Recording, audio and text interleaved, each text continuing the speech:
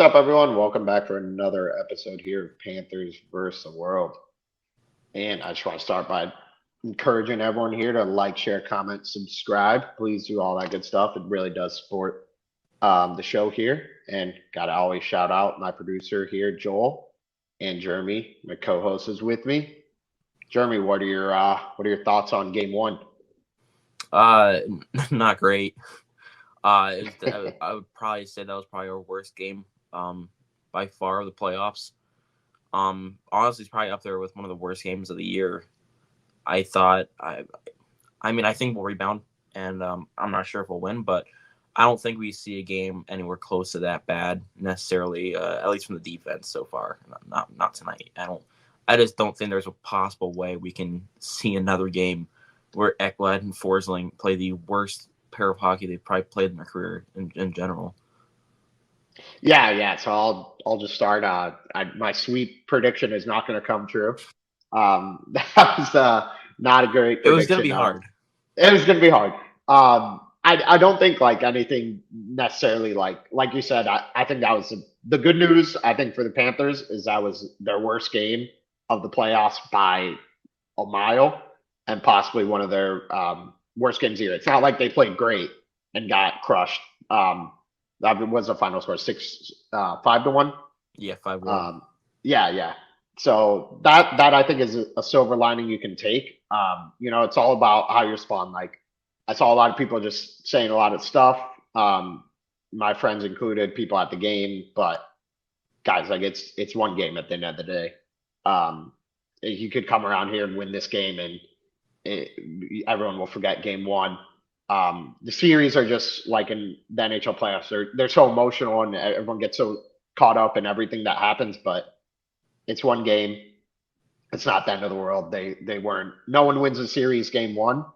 No one loses the series game one. But definitely advantage Boston obviously, and the Panthers need a response tonight, and they got to show up and just play desperate hockey, play like the team that's down 1-0 and match the Bruins' intensity, which I feel like they did at the start. And then once the Bruins weathered the initial storm, um, and were able to then eventually take a 2-1 lead, the Panthers just they couldn't keep up, and like they looked, I don't want to say flat necessarily, but they didn't play up to their standard, which is very disappointing here. So yeah, I think what we'll see from the Panthers tonight, it's going to be interesting. I did not find it super encouraging that the lineup wasn't switched. I did think I was hoping and expecting a bit of a shakeup to the lines here. I'm not a fan of what they are at the moment. I think they were a lot better previously, and I think it showed in game one, honestly, with the top line just having all your superstars on it, the second line and third line being completely ineffective.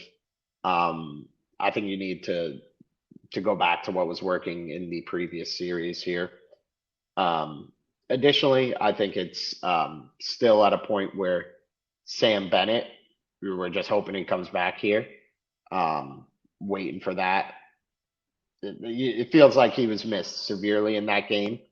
Um, just from a physicality level, I felt like um, the Bruins, honestly, just by looking, I don't know how it looked necessarily on TV, but I felt like they looked like the much bigger team here.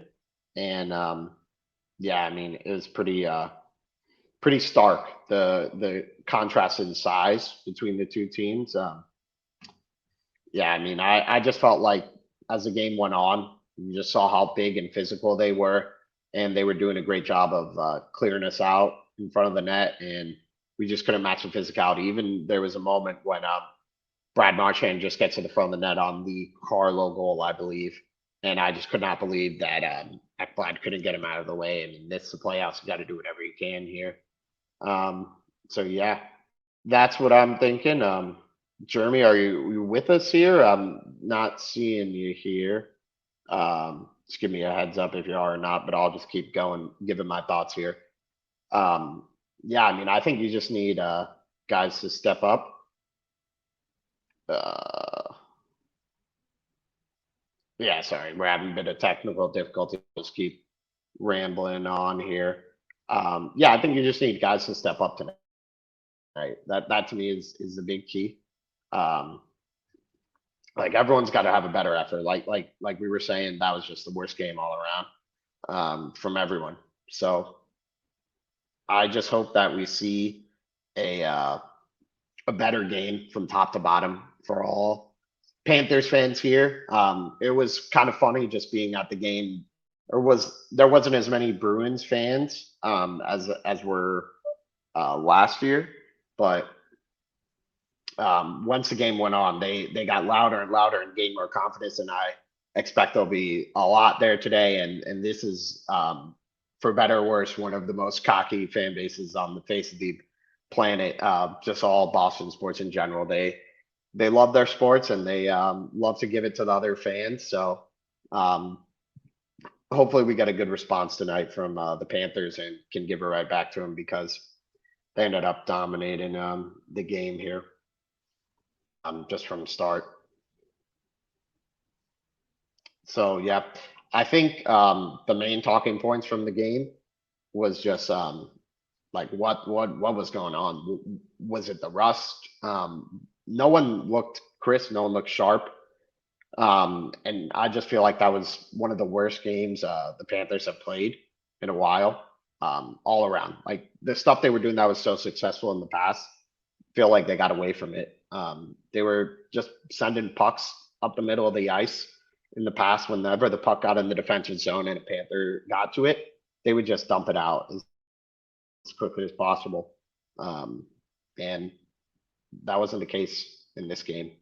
They just kept making the wrong play all around. I don't know necessarily what that was, why that happened, but it did not feel good to see. So I think you could throw the game out, but if tonight you see a similar performance, then there's a problem for sure. And obviously, then at that point, feel like the season would be on the line in Game 3.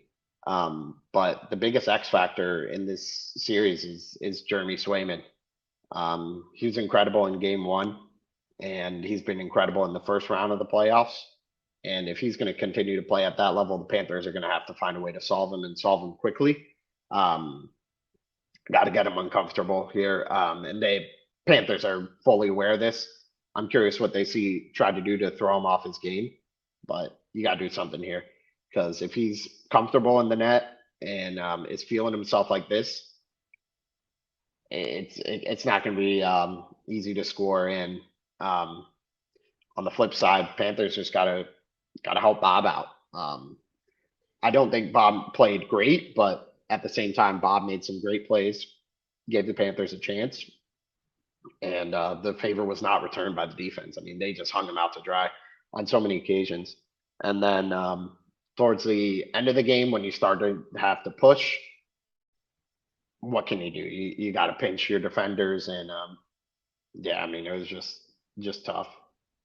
Yeah, I completely agree with you. The lines, I think they should have been switched. I understand why they're not switching because maybe Maurice is taken maybe it was just rust and we just had to shake off the rust maybe approach. But I do believe I'm a little discouraged that the lines weren't changed. They are missing a big force in Bennett on that line because I mean this is the same way that the series started out last year. We didn't have Bennett for game one. We got him back for game two, and we won that game, but we're not going to have him for game two now tonight. And I fully believe. I don't know if we weren't expecting Boston to be as physical as they were because they played a very physical game. I thought, and honestly, that was very surprising to me. I did not expect them to play that physical. But the Panthers got very careless. I thought. Ekblad, obviously, as I said before, had his worst game of his career almost. Forsling looked way off too. The entire line did. Kachuk and Barkov, I thought were great. Barkov a little bit less than great, but I mean that line I thought was all right. But the rest of the lines, they didn't really show up as I thought they would. Thought a lot of the players were just very non-existent almost, and the forecheck started out great, but I feel like as the game went on, I feel like Boston just kind of took control of the game very easily. In the third period, there was nothing going on for us really, except for like the first 5 minutes of the period, but that was it. And after that, after they scored that goal and make it 4-1, the game just kind of it completely switched to their side, and there was no comeback. Yeah, I think when the lines are the way they are right now, like you said, Barkov and Kachuk were good, but if the lines are like this, they need to be the three best. That line needs to be the three best players on the ice anytime they step on. Like that line needs to be incredible because the other lines like just are producing nothing. If you're hoping that the Listerine and Lundell Reinhardt line to like chip in, um, it's not able to do that against his team. Right now, it seems like that. Remember, that was the third line last year, and now you're asking that line to play a major top six role. I think I don't know if you could hear me when you were off screen here, but I think like part of just the big problem from being at the game, I don't know how it came across on TV, was they just look so much bigger than us. Like they No, before the I game, agree. yeah, they put some new guys in the lineup. I don't want to butcher any of their names, but there was like two guys in, and I just like quickly looked up the height and weight, and like both of them were like 6'4", 6'5", and like it felt like they were just massive, like human beings out there, and we struggled to deal with it, honestly. And you gotta have an answer for that. Because I think that was a strategic choice. I don't think that these guys were put in the lineup because of injury. Like I think that Montgomery is like, hey, like I think we could out physical these guys, especially with Bennett out of the lineup. And to a degree, Lomberg, like he does obviously bring physicality and everything, but he's still a smaller guy. Like, if he's Yeah, hitting the like in the Vegas series last year, like he was hitting and doing his normal role, but like it's different when he's hitting you versus when like Victor Hedman, for example, who's 6'7", is hitting you. It feels very different. no, I completely agree. I mean, there was even watching the game last night. There were definitely a few times where I was like, yeah, I didn't even know they were on the Bruins, but they were playing there. And as I said before, the physicality I thought was definitely better from Boston than it was for Florida. But I didn't mind how Florida played. It was just the lack of communication. It felt like it was an all-time Bob game where he just kept on making mistakes behind the net too, which actually led to one of their goals, and almost led to two more. So like Bob's communication wasn't there, the defensive communication obviously wasn't there, and there were just way too many times where the defense looked completely out of position and not something that we're used to seeing. Yeah, this is a buzzword I've been using, and I did not coin this word or anything to this. Just like a cliche in hockey, I feel like gets said a lot, but it's true. Like the Panthers, like they need to get simpler. They need to simplify their game. I feel like they've done such a good job of that in the past. Of just whenever a puck would get into the defensive zone, they'd immediately get it out in any way possible. It's hard to score when you're at the red line, center ice, or in the other end of the ice. It's very difficult to score from there. And I thought that was what the Panthers did so well. Like whenever there was danger, if they had a chance to clear it, they'd get it out in any manner possible and as quickly as possible. I don't feel like they were doing that in this game. In the Tampa series too, to a degree, they weren't doing it as well as they were last year. I mean, there's new guys in the lineup, but like the game plan should be the same game plan. Um, like, and I don't want to pick on Ekblad because he's definitely been picked on enough yesterday, and I've never not never. I mean, I loved him, and then he, like I said, he hasn't been the same since injury, and I've kind of been, I don't want to say anti Ekblad the 2 years, but I mean he's not playing up to a $7.5 million contract level. I think that's plain and clear. Um, it just feels like get it out. Like don't pass it around behind your back. You don't know what's there. Like just if you could hard rim it to the side you're looking, just do it. Just make the simple play, get it out. Like that's what every player should be doing. Don't send it to the ice because you see a guy breaking out.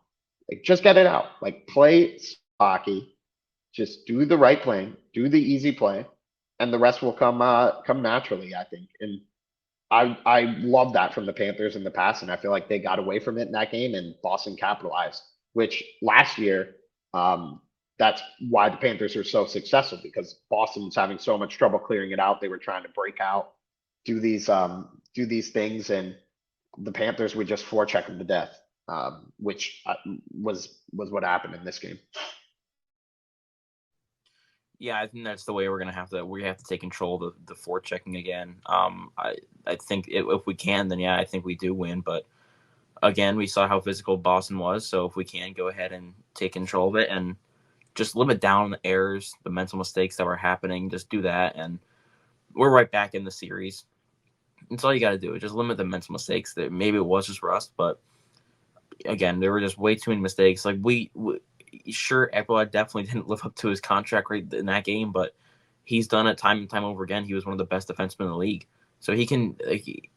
And I know you're not on that side, but everything Ekblad does, it's been a lot better this year, and he had a great regular season despite the injuries and everything. And I think he can just go ahead and just limit the mistakes that he did. It was just like it was an uncharacteristic type of game from Ekblad and Forsling. Both of them where you don't see that like ever from this team and that entire line, because they're both those are the only two guys in the line. So they both struggled immensely, and when they struggle, the rest of the team isn't gonna show up really necessarily to be the top of the best they can be. And we obviously just didn't see it. So I mean, you just got to limit the mistakes, bring a little bit more physicality than Boston was this time around, and you're right back in this series. But that's all you got to do. Yeah, and I think for Ekblad, like it it sort of started last series. It was a bit in the regular season too, but it's just like it's a confidence thing. Like at this point, like it just snowballed, and he keeps like trying to just. I don't want to say he's playing like tight, like gripping his stick tight and like being nervous, but I feel like he's just overthinking it out there. Like, and he's so nervous to make the wrong play, like he ends up just overthinking it and then doing something that isn't right, and he's just. If you have to think in hockey, you're probably going to end up on the wrong side of the play there. Well, I think I And agree. I think a really good example of that was when Ekblad was skating along the boards and just gave it the puck right to Pastrnak for a breakaway that Bob was able to yeah, save. But in that first period, Ekblad just gave the puck right to Pastrnak, and he forced himself into a situation where that was going to happen. He didn't have to do that, but he skated himself right into that situation. There were two Bruins with him, and he just kind of gave the puck right to him. And obviously, it's not what he was trying to do, but he would force himself into some bad mistakes last game, and I feel that's uncharacteristic. I mean, he does make some errors a lot, but I mean that's that many and that like big of an error. Like that's not a small error where it's a turnover, it results maybe on like a 3-on-2. That's a breakaway, and mhm. both of them, he made like three. He was on the ice for almost every single goal, if not all of them. So I mean, it was one of those games where I feel like just nothing was going right for them in general, and they just have to limit those mistakes because that was just the way they beat us. Without those mistakes, maybe we win. But I mean, it was gonna be hard with how good Swayman was playing. But I mean, you don't know how you're gonna play when your two best players on defense aren't showing up the way that they should be. Yeah, that'd be the last thing that I kind of want to talk about for this game. So we do got to wrap this up here soon, but Swayman is playing very well right now. There's no doubt about that. He was incredible in the first round and great in game one. He's feeling himself. Like you got to do something to make him uncomfortable. Because if you don't, you know, get him off his game here, he could steal the series, and that's happened plenty of times in the history of the NHL playoffs, and you can't let it happen to you here. I don't have an answer to that, but I mean, like Nick Cousins taking a 75-mile-per-hour slap shot from the blue line. That's not going to beat Jeremy Swayman with the way he's Yeah, playing right now. I was saying Like the same you thing got to do too something. I was like, we're not getting enough high quality danger chances really in front of the net. We're just getting way too many. We're not going to beat them if we're going to be going at taking shots consistently from the point. A few of them were able to beat Vasilevsky, but at halftime too, it wasn't even getting through there too. And with how bad the puck luck was, it wasn't going to beat Swayman, and they had to change something up, and they just didn't. And I'm hoping this time around they do change something up, because if they do change something up, then yeah, we can definitely go ahead and bring a new level of confidence to this team. But yeah, they just got to change something up, because those point shots aren't beating Swayman, especially when he's on fire. And I had a really bad feeling just looking at game one. I'm like, this feels like 2022 over again. They got to figure something out quickly. Yeah, and I think that they have the right coach to do it. Like I thought all like they you what are you gonna say? But he said all the right things. Like it's a growing opportunity, learning opportunity, but you gotta show up here. I'm not gonna say you 0-2 hole would be insurmountable, but very, very, very, very, very difficult, especially without Swayman is playing. You can't go down 0-2 and then your season on the line in game three in Boston, with probably the hottest goalie in the NHL playoffs right now. Um, I mean, there's a lot of stuff to figure out in a short amount of time. Um, and I think that, the power play opportunities, like you got to cash in on them here. Also, I still think you're going to get a couple in this game, and then they'll start to dry up more as the series go on. Just like you said, execution, limit the mistakes. You'll be better. Like I have faith because that was the worst game. Like if the Panthers played up to their standard and that happened, then I'd be like, boy, we're in a lot of trouble here. But I think if you ask any player, the coach, the fans, like that was just a all around terrible game, the Panthers. Um, you can't throw it out completely, but let's see how you respond, and then we'll figure out what that game one really was after tonight. Yeah, I mean, I find it hard to imagine that we'll play a game that's up to that level again. Which we just played just an all around not good game, and that's not we didn't really do at all during the regular season. There was a few games we weren't our best, but I mean that bad to the point where our top two defensemen are just completely non-existent. I mean, that doesn't feel like something that is the norm, and doesn't feel like something that's going to continue, just because it just felt we never see that. We just never see that. So I mean, it feels a little bit. It doesn't feel like a pattern. It feels like something that just like the Bob game from last week. It felt like something that was like a little blip on the radar, maybe something to look out for. But I mean, I don't think we'll see another game that bad. I think there will be a lot more encouraging signs tonight, just based on the fact that, again, I don't think that's a pattern. I think it's just a little blip, and we'll see a lot better of a game tonight. I agree with you. My one final concern, is just Jeremy Swayman potentially stealing this game. Um, but hey, I think the Panthers are full aware of the task at hand, and they've responded countless times. This group has, so um, why doubt them to do it again? Prediction: I think we see overtime tonight here, and it's going to be a tense, very tense hockey. Both teams are going to bring their A game tonight.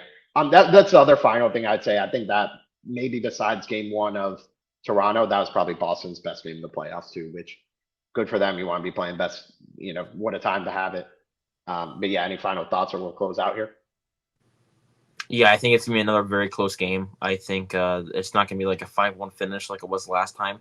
I think we'll see a lot better of a defensive game from both teams, because I think Boston also had a lot of mishaps that just Florida couldn't capitalize on. I think we'll see a lot more of a tighter game from both teams. At least originally, I don't think there's gonna be any scores in the first period again. And I think I think you're right. I think it could definitely go to overtime. I think we're gonna see a great game from Swayman and another great game from Bob. I'm already nervous thinking about the overtime. But we'll be back here for more breakdowns, previews. Hopefully, we win 8-0. Yeah, I will take that. I will take that. We Yeah, all sleep easy. let's do it. Let's do it. But yeah, from us here at Panthers this World, thank you everyone for tuning in, and go Cats go.